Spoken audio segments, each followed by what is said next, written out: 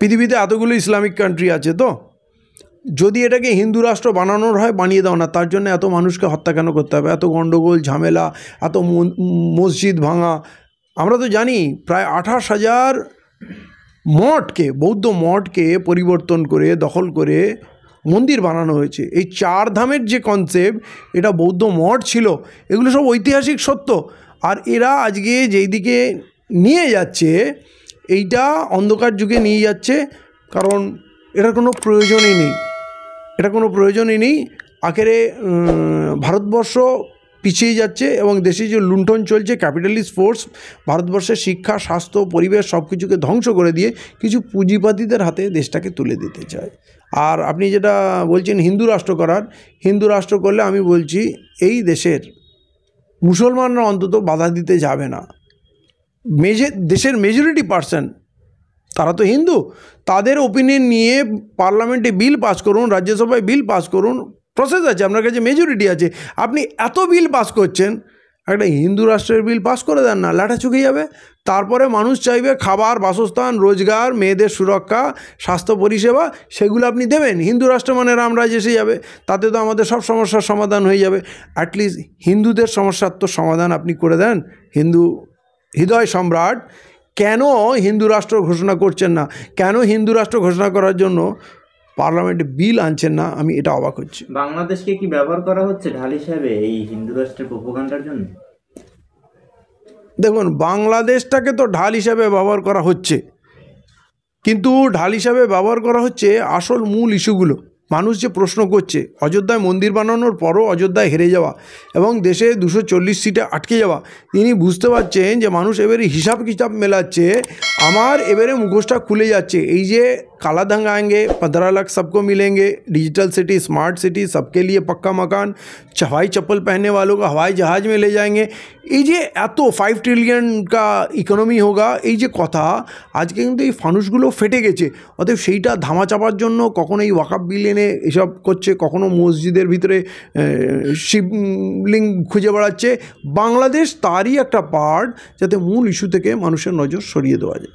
আমার মনে হয় বিজেপি যদি চায় 26-এ ইভিএম হ্যাক করে ক্ষমতায় চলে আসতে পারে। এখানে আসছে না, সেটাও একটা কারণ। যদি এইখানে বিজেপি চলে আসে, এখানকার মুসলিমরা, আদিবাসীরা, বামপন্থী শক্তিরা, তারা কিন্তু বিকল্পী শক্তি হয়ে যাবে। বিজেপি কি খালি জুজু দেখিয়ে, ভয় দেখিয়ে তৃণমূলকে রেখেছে, যে কিনা আরএসএসের সব কাজগুলো করে দিচ্ছে। এমনকি লোকসভায়, রাজ্যসভায় কোথায় কি ভোট দিতে হবে, কোথায় ভোট থেকে বিরত থাকতে হবে, সব কাজ তৃণমূল করে দিচ্ছে। অতএব এখানে যদি বিজেপি ডাইরেক্ট ক্ষমতায় আসে, তার বিরুদ্ধে কিন্তু হিন্দু মুসলমান সবাই এককাট্টা হয়ে যাবে, তখন কিন্তু সামলাতে পারবে না। অতএব বকলমে মেকি সেকুলারিজমের একটা ঢং তুলে মমতা বন্দ্যোপাধ্যায়কে দিয়ে আরএসএস তার কাজটা করিয়ে নিচ্ছে। এখানে যে তৃণমূল আছে, এটা আরএসএসের, বিজেপির দয়াতে আছে, সেটিংয়ে আছে। যেদিন চাইবে ওরা তুলে ফেলে দিয়ে ক্ষমতায় আসতে পারে।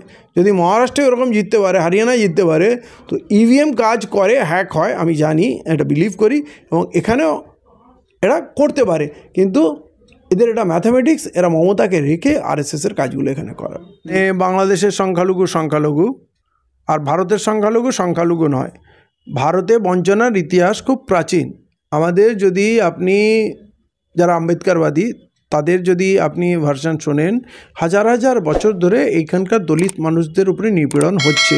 তারা একসময় বস্ত্র পরতে পারতো না, পায়ে চটি রাখতে পারতো না, তারা লেখাপড়া শিখতে পারতো না, তারা পয়সা জমা করতে পারতো না, তারা স্কুলে যেতে পারতো না, তারা ব্যবসা করতে পারতো না, তারা সম্পত্তির মালিক হতে পারতো না, এমনকি মহিলাদের ঊর্ধ্বাংশ খুলে রাখতে হতো। এগুলো তো ইতিহাস। তাহলে বঞ্চনার ইতিহাস, অত্যাচারের ইতিহাস প্রচুর। এখনও দেখবেন জঙ্গলের দাবি নিয়ে আদিবাসীরা লড়াই করছে, সেখানে তাদের গুলি করে মারা হচ্ছে, এবং তারা কেন্দ্রীয় সরকার, রাজ্য সরকারের বিভিন্ন দপ্তরে রেগুলার ডেপুটেশন দিচ্ছে, আমাদের স্বীকৃতি দেওয়া হোক, সারণী ধর্মের, আমরা হিন্দু না। ভাবেন এইটা কোনো দাবি হলো? একটা মানুষ তার আইডেন্টিটি নিয়ে জানতে চাচ্ছে যে আপনি সেন্সাসে জনগণনায় আমাকে হিন্দু বলে দেখাবেন না, আমার একটা ধর্ম আছে, একটা পরিচয় আছে। মানে কত ছোট ছোট দাবি তার, কিন্তু জমি, বাড়ি, ঘর দোর, টাকা, লোন এইসব না। সে বলছে আমার পরিচয়টাকে সংশোধন করে দাও, আমার SC/ST সার্টিফিকেটটা আমাকে দাও, আমার স্বীকৃতি দাও, আমাকে শিডিউল্ড করো। তাহলে ভারতবর্ষে যে পাহাড় পরিমাণ সমস্যা। এখনও আমরা পানীয় জল মানুষকে সরবরাহ করতে পারিনি, সবার মাথায় ছাদ নেই, সবার জন্য রোজগার নেই।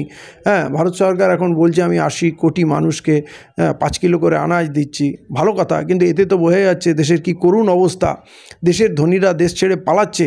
অতএব ভারতবর্ষের নিজের অনেক সমস্যা আছে এবং জোর করে যে সমস্যাগুলো ক্রিয়েট করা হচ্ছে, মানে রিলিজিয়াস ওয়ারশিপ অ্যাক্ট 1991-এ এটা মেনশন আছে, বাবরি মসজিদ বাদ দিয়ে যত ধর্মীয় স্থান আছে 1947 15ই আগস্টে যে অবস্থায় ছিল সেই অবস্থায় থাকবে, তার উপরে কোনো ক্লেম হবে না, ক্যারেক্টার চেঞ্জ হবে না, এমনকি আদালতে কোনো পিটিশন দেওয়া যাবে না। কিন্তু আজকে একটার পর একটা আদালতে মসজিদের ভেতরে মন্দির খুঁজে পাচ্ছে, সন্দেহ করছে বা দাবি করছে, তারা পিটিশন দিচ্ছে, পিটিশন গ্রহণ করা হচ্ছে। মানে আদালত নিজে সংবিধান বিরোধী কাজ করছে। আর বিজেপি তো সংবিধান মানেই না, কখনো বলছে 3000 মসজিদ আমার লিস্টে আছে, কখনো বলছে 30,000।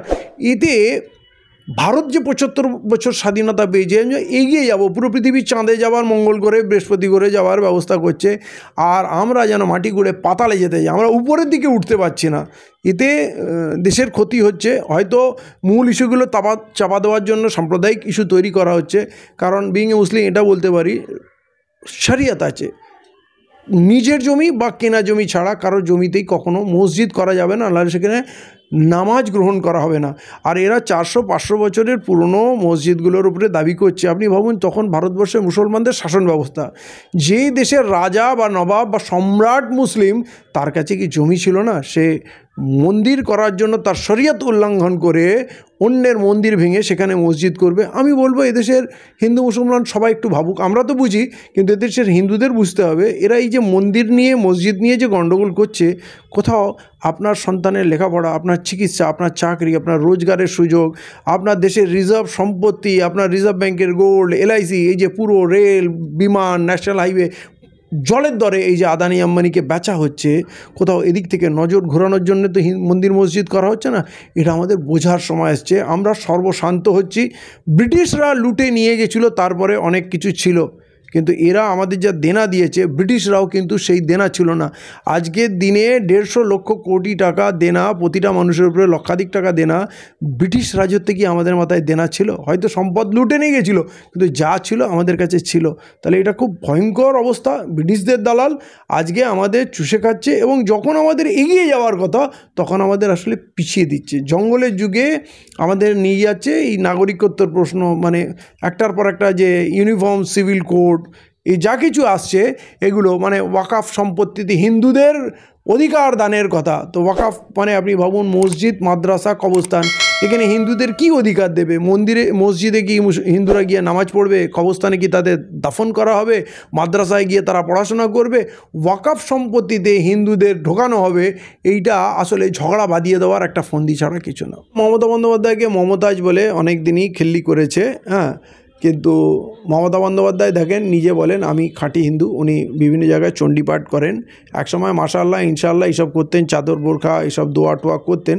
এখন তো আর করেন না, এখন তো মুসলমানরা ওনার জালে ফেসে গেছে। মাছ ধরার জন্য চারা দিতে হয়, কিন্তু মাছ জালে ফেসে যাওয়ার পর কোনো চারা লাগে না, মুসলমানরা আর ওখান থেকে বেরোতে পারবে না। অতএব এখন উনি হিন্দুদের মন জয় করার পিছনে লেগে আছেন। আর মমতা বন্দ্যোপাধ্যায় হিন্দু থাকুন, এটাও আমরা চাই। তো শুভেন্দু বললে মমতা বন্দ্যোপাধ্যায় নিশ্চয়ই মুসলমান হয়ে যাবে না। এই শুভেন্দু একসময় টুপি পরে ইফতারি পড়তো, দোয়া করতো, এবং অনেকে বলছে নাকি ও গোমাংসও খায়, বিরিয়ানি খায়, সবই খায়। তো খাক না, ভালো খাবারের জিনিস খায়, আমার এটা নিয়ে কোনো আপত্তি নেই। তাহলে শুভেন্দু যদি টুপি পরে দোয়া করে ইফতার করতে পারে, তাহলে মমতা বন্দ্যোপাধ্যায় করলে অসুবিধা কোথায়? ডাক্তারের সামনে যদি একটা ক্রিমিনালও আসে না, সে যদি আহত থাকে, তার শুশ্রূষা করা ডাক্তারের ধর্ম। এবং এই শপথ নিয়েই এরা ডাক্তারি পাশ করে যে আমরা মুমূর্ষু রোগীর চিকিৎসা করব। অতএব সে বাংলাদেশি বলে তার চিকিৎসা করবো না। ধরুন বাংলাদেশে কেউ একজন বা কয়েকজন জাতীয় পতাকার, ভারতের জাতীয় পতাকার উপরে পা দিয়েছে, এই বাহানায় পুরো বাংলাদেশিরা শত্রু হয়ে গেল, বাংলাদেশের কারো আমরা চিকিৎসা করব না। এটা অনৈতিক কাজ, এটা খুবই দুঃখজনক ব্যাপার। আর এই যে হিংসা বিদ্বেষ, এটাই তো বিজেপির ফর্মুলা, হিংসা ছড়াও, বিদ্বেষ ছড়াও।